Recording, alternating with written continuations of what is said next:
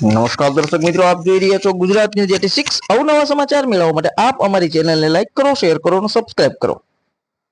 પ્રાપ્ત વિગતો અનુસાર ઉત્તર ગુજરાતના બનાસકાંઠા જિલ્લાના કાંકરેજ તાલુકાના આકોલી ગામના પટેલ હસમુખભાઈ દાનાભાઈ જેઓ વર્ષ 2011માં નોકરી પર લાગ્યા હતા, જેમાં ગત તારીખ 31/5/2024 રોજ ભચાઉ ખાતે ફરજ ઉપર હાજર થવા જતા હતા, ત્યારે રાધનપુર બસ સ્ટેશન પાસે હાર્ટ એટેકના કારણે મોત થતા સમગ્ર આકોલી ગામમાં ભારે શોકની કાલીન છવાઈ હતી અને તેઓ 13 વર્ષથી સિક્યુરિટી રિઝર્વ પોલીસમાં ફરજ બજાવતા હતા।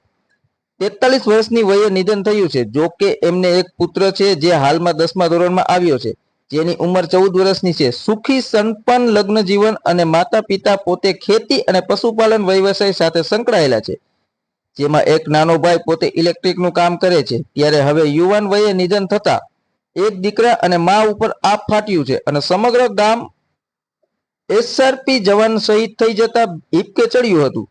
ત્યારે હવે ભચાઉ ખાતે ફરજ ઉપર હાજર થવા જતા, જેમાં રાધનપુર બસ સ્ટેશન પાસે હાર્ટ એટેક આવતા મોત થયું હતું, ત્યારે કચ્છ એસઆરપી ગ્રુપ 16ના હસમુખભાઈ પટેલના મૃતદેહને રાધનપુર હોસ્પિટલ પીએમ માટે મોકલી આપવામાં આવ્યો હતો અને પોતાના પરિવારને જાણ કરી સબવાહિનીમાં પાર્થિવ દેહને પોતાના માદરે વતન આકોલી ખાતે લાવવામાં આવ્યો હતો અને સ્મશાન યાત્રા નીકળી હતી, જેમાં મોટી સંખ્યામાં લોકો જોડાયા હતા અને પછી ગાર્ડ ઓફ ઓનર આપી એસઆરપી જવાનને સલામી આપી અંતિમ સંસ્કાર કરવામાં આવ્યા હતા, જેમાં મૃતકના પિતા દાનાભાઈ પટેલ અને એમના પુત્રએ પુષ્પાંજલિ અર્પણ કરી અગ્નિદાહ આપ્યો હતો।